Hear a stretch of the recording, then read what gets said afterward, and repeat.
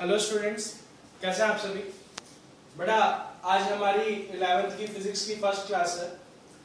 तो आज हम 11th की फिजिक्स का ओरिएंटेशन देखेंगे फटाफट कि 11th की फिजिक्स में हमारे पास क्या क्या है फर्स्ट बुक में। फर्स्ट बुक जैसा कि मैंने आप लोगों को बताया था कि जो हमारी फर्स्ट बुक है, फर्स्ट बुक का सिलेबस है हमारे पास ये 7 लेसन।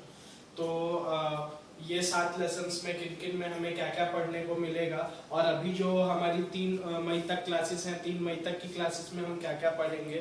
थोड़ा बहुत इंट्रोडक्शन देखेंगे फिजिक्स का और फिजिक्स के अलग अलग ब्रांचेस का, जो कि हमें 11th और 12th में पढ़ने को मिलेंगे। ठीक है बेटा, आज की बातचीत बस यहीं तक है। तो चलिए आइए शुरू करते हैं। पहला चैप्टर जो है हमारा वो है फिजिकल वर्ल्ड। फिजिकल वर्ल्ड इतना बड़ा चैप्टर है कि अगली क्लास में ये खत्म हो जाएगा। जी हाँ, अगली क्लास में शुरू होगा और अगली क्लास में ही खत्म हो जाएगा, क्योंकि इसका थोड़ा सा पार्ट मैं आपको आज बताऊंगा, लाइक फिजिक्स क्या है, फिजिक्स के अलग अलग ब्रांचेस के बारे में। तो थोड़ा बहुत आज कवर हो जाएगा, जो बाकी पोर्शन बचा है वो अगली क्लास में कवर हो जाएगा। Units and measurements. Units and measurement अच्छा चैप्टर है बेटा। मतलब अगर मैं आपको बताऊं तो 11th की फिजिक्स शुरू करने से पहले इससे दमदार चैप्टर और कोई नहीं हो सकता कि यूनिट्स क्या क्या होती हैं, क्वांटिटीज क्या क्या होती हैं, उनको रिप्रेजेंट कैसे करना है, कन्वर्जन कैसे करनी है, और काफी सारी चीजें हैं। Significant figures, round of, precision, accuracy, error calculation, बहुत सारी चीजें हैं जो कि इसके थ्रू हमें समझ में आती हैं, इस चैप्टर के थ्रू हमें समझ में आती हैं। अच्छा, chapter 3 motion in straight line. Ninth class में जो हम लोगों ने चैप्टर नंबर 8 पढ़ा था मोशन, ये उसी का अपडेटेड वर्जन है। कुछ डेरिवेशंस आएंगी इसमें, ठीक है, और कुछ ग्राफ्स आएंगे, काफी सारे न्यूमेरिकल्स आएंगे, बहुत अच्छे अच्छे, बहुत ही अच्छे अच्छे। ठीक है, तो उन न्यूमेरिकल्स को हम करेंगे। जैसे एक न्यूमेरिकल मुझे बड़ा अच्छा लगता है, एनसीईआरटी का है। उसमें एक शराबी के बारे में बोला गया है कि एक शराबी है, वो 1 मीटर का अगर एक कदम रखता है और एक बाद में वो 5 कदम आगे जाता है और फिर 3 कदम पीछे आता है, तो ये बताइए कि उसको कितना टाइम लगेगा 8 मीटर दूर एक नाली है उसमें गिरने में। तो बड़ा ही अच्छा क्वेश्चन है, फनी सा क्वेश्चन है, सुनने में फनी लगता है और करने में फनी से ज्यादा इंटरेस्टिंग है। बहुत ही अच्छा क्वेश्चन है। अच्छा, इसके अलावा motion in plane. Motion in plane हमारे लिए नई चीज होगी, जिसमें कि हम सबसे पहले प्लेन क्या होता है ये समझेंगे। ये हवाई जहाज वाला प्लेन नहीं है, ये दूसरा प्लेन है, मैथ्स वाला प्लेन है ये। तो प्लेन क्या होता है उसको समझेंगे, और फिर उसके बाद प्लेन में मोशन कैसे होता है, 2D 3D मोशन, इसके बारे में हम बात करेंगे। इसके बाद laws of motion. Laws of motion में जो हमारे बाबा न्यूटन ने हमको 3 लॉज दिए थे मोशन के, उन तीनों लॉज की बात करेंगे, और फ्रिक्शन फोर्स की बात करेंगे, और सर्कुलर मोशन के बारे में भी थोड़ा बहुत पढ़ेंगे हम इसमें। सर्कुलर मोशन से रिलेटेड डेरिवेशन और काफी सारी चीजें करेंगे, और सेंट्रीपिटल फोर्स भी हमको पढ़ने को मिलेगा। 6th चैप्टर बहुत ही प्यारा चैप्टर है, वर्क एनर्जी एंड पावर। अगर आप लोगों को 9th का वर्क एनर्जी एंड पावर याद है तो ऑलमोस्ट वही चैप्टर है, बस क्योंकि 11th है तो कुछ कॉन्सेप्ट जो है उनको अपडेट किया गया है। बाकी चैप्टर ऑलमोस्ट वही है, और बहुत छोटा चैप्टर है, इजी चैप्टर है। सारे चैप्टर्स छोटे हैं। System of particles and rotational mechanics जो है ये हल्का सा बड़ा चैप्टर है बस, ठीक है, उतना भी बड़ा नहीं है। और अभी हम 3rd of May तक ये दोनों चैप्टर्स को कवर करेंगे, physical world and units and measurement. 3rd of May के बाद जब हमारी क्लास होगी तो मिड जून तक, ऑलमोस्ट मिड जून तक हम मोशन इन स्ट्रेट लाइन और मोशन इन प्लेन कवर करेंगे, और उसके बाद जुलाई तक फिर लॉज ऑफ मोशन और वर्क एनर्जी पावर कवर करेंगे।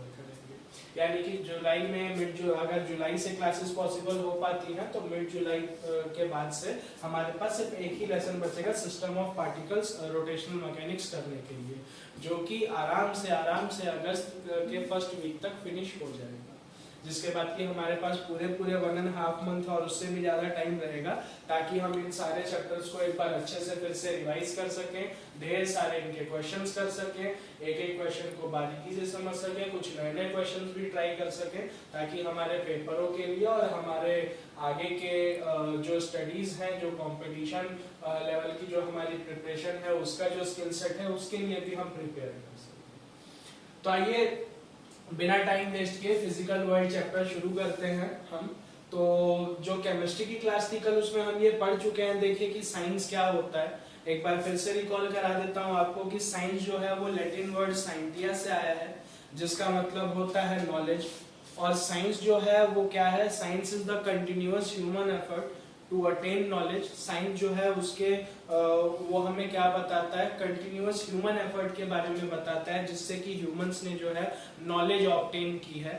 और ये नॉलेज ऑब्टेन करने के लिए ह्यूमंस ने क्या किया है बेटा, इस इतने पीरियड ऑफ टाइम में कई सारे एक्सपेरिमेंट्स किए, ऑब्जर्वेशंस किए, उनके रिजल्ट्स को देखा, ठीक है, कुछ अजम्पशंस किए, और सब मिला करके उन्होंने नेचर को और नेचर में हो रहे फिनोमिनास को, नेचुरल फिनोमिनास को समझा, और समझ करके हमको बताया अलग अलग ह्यूमंस ने। तो ये जो कलेक्शन है नॉलेज का, ये जो नॉलेज का बहुत बड़ा भंडार है हमारे यूनिवर्स के बारे में, अलग अलग यूनिवर्स के अलग अलग सब्जेक्ट्स के बारे में, इसी को हम कहते हैं साइंस, है ना। तो हमने पढ़ा था कि साइंस जो है वो दो टाइप की होती है, लिविंग साइंस और नॉन लिविंग साइंस। और जो हमारा फिजिक्स, केमिस्ट्री, बायोलॉजी, ये सब जो है ये हमारे साइंस के अलग अलग ब्रांचेस हैं। और फिजिक्स जो है वो नॉन लिविंग साइंस में आती है, क्योंकि फिजिक्स ऐसी साइंस है जिसमें कि हम नॉन लिविंग मटेरियल्स के बारे में पढ़ते हैं। तो आइए जरा हम फटाफट अब जान लेते हैं कि जो फिजिक्स है, क्योंकि हम फिजिक्स स्टार्ट करने वाले हैं, तो फिजिक्स के बारे में कुछ बातें हम जान लेते हैं कि फिजिक्स जो है बेटा, it is derived from Greek word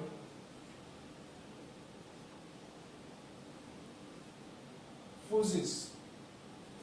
physics जो है बेटा वो एक ग्रीक वर्ड फूजिस से आया है, ठीक है। फिजिक्स ग्रीक वर्ड फूजिस से आया है, और फूजिस का मतलब होता है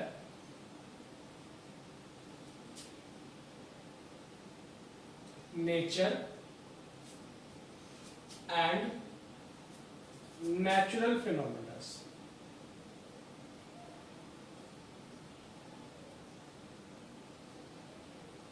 ठीक है बेटा, जो फिजिक्स है, फिजिक्स एक ग्रीक वर्ड फूजिस से आया है, जिसका मतलब होता है नेचर एंड नेचुरल फिनोमिनास। और फिजिक्स के अंदर हम क्या पढ़ते हैं, तो फिजिक्स के अंदर हम हमारे नेचर और नेचर में हो रहे जितने भी नेचुरल फिनोमिनास है, हमारे एनवायरनमेंट में जितने भी अलग अलग टाइप के प्रोसेसेस हो रहे होते हैं, फिनोमिनास हो रहे होते हैं, उनके बारे में हम पढ़ते हैं। जैसे कि sound related phenomenas, electricity related phenomenas, magnetism related phenomenas, light related phenomenas, किसी चीज के मोशन से जुड़े फिनोमिनास, ठीक है, इन सारी चीजों के बारे में हम पढ़ते हैं। तो हम क्या कह सकते हैं फिजिक्स को, कि it is the branch of science, it is the branch of science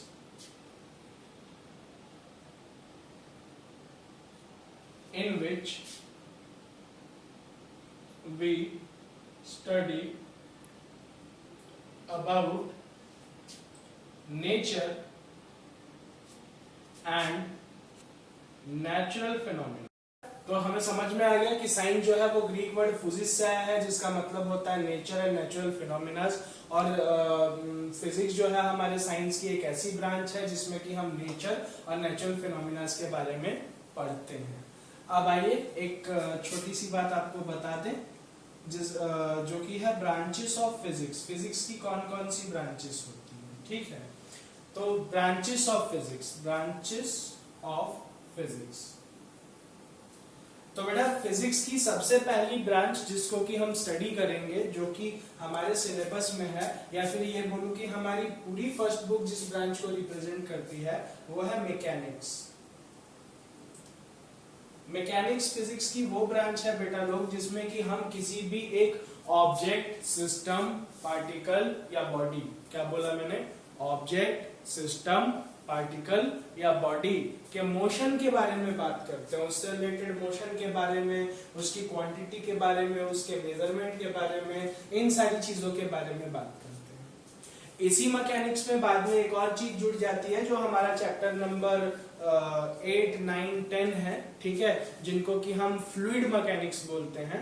तो वो भी चीजें जुड़ जाती हैं। फ्लूइड मैकेनिक्स के अंदर हमें फ्लूइड से जुड़े मैकेनिक्स के बारे में पढ़ते हैं। मैकेनिक्स के बाद जो हमारी 12th की फर्स्ट बुक है, जब हम 12th में जाएंगे तो 12th की जो पूरी हम फर्स्ट बुक पढ़ेंगे वो है इलेक्ट्रोमैग्नेटिक्स की। इलेक्ट्रोमैग्नेटिक्स मतलब फिजिक्स की वो ब्रांच जिसमें कि हम ऐसे फिनोमिनास के बारे में पढ़ते हैं जो कि इलेक्ट्रिसिटी और मैग्नेटिज्म से जुड़े होते हैं। अच्छा, इसके अलावा ऑप्टिक्स। ऑप्टिक्स बेटा फिजिक्स की वो ब्रांच है जिसमें कि हम लाइट के बारे में पढ़ते हैं। जैसे याद है 10th में अपने चैप्टर थे लाइट और ह्यूमन आई, तो लाइट और ह्यूमन आई जो है ऐसे टॉपिक जो है हमारे ऑप्टिक्स के अंदर ही कवर होते हैं। इसके अलावा आता है थर्मोडायनेमिक्स।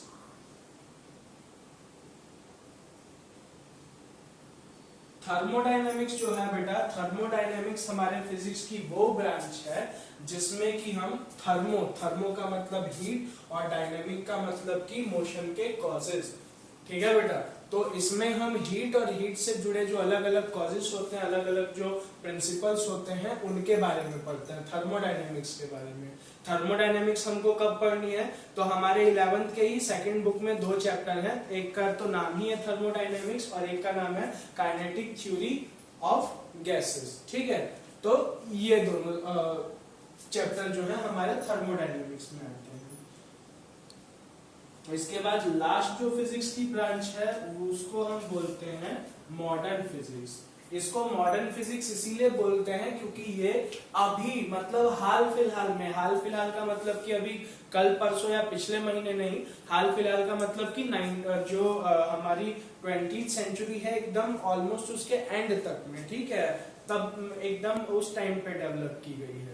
मतलब 1990s के बाद से लेकर के अभी तक ये डेवलप की गई है, तो ये सबसे यंगेस्ट ब्रांच है फिजिक्स की, ठीक है। तो इस वजह से हम इसको मॉडर्न फिजिक्स बोलते हैं। मॉडर्न फिजिक्स के अंदर हम एटम और मॉलिक्यूल्स के बारे में पढ़ते हैं, एटम के मोशन के बारे में पढ़ते हैं, एटम की इलेक्ट्रोमैग्नेटिक प्रॉपर्टीज के बारे में पढ़ते हैं, एटम की लाइट से जुड़ी प्रॉपर्टीज के बारे में पढ़ते हैं, एटम की हीट की प्रॉपर्टीज के बारे में पढ़ते हैं, एनर्जी की प्रॉपर्टीज के बारे में पढ़ते हैं। मतलब बहुत छोटे स्तर पे हम जिस फिजिक्स में हम एटम और मॉलिक्यूल के लेवल पे हम जिस फिजिक्स में पढ़ाई करते हैं उस फिजिक्स को हम बोलते हैं मॉडर्न फिजिक्स, ठीक है। तो ये आज आपका जो फिजिकल वर्ल्ड जो हमारा चैप्टर है पहला, उसकी थोड़ी सी जानकारी थी, उसमें से कुछ बातें थी। जो हमारा चैप्टर 1 है उससे जुड़े और कुछ प्रिंसिपल्स हैं like classic physics and modern physics, तो वो बताऊंगा अगली क्लास में। उसके बाद macroscopic physics, microscopic physics, mesoscopic physics, उसके बारे में बताऊंगा आपको अगली क्लास में।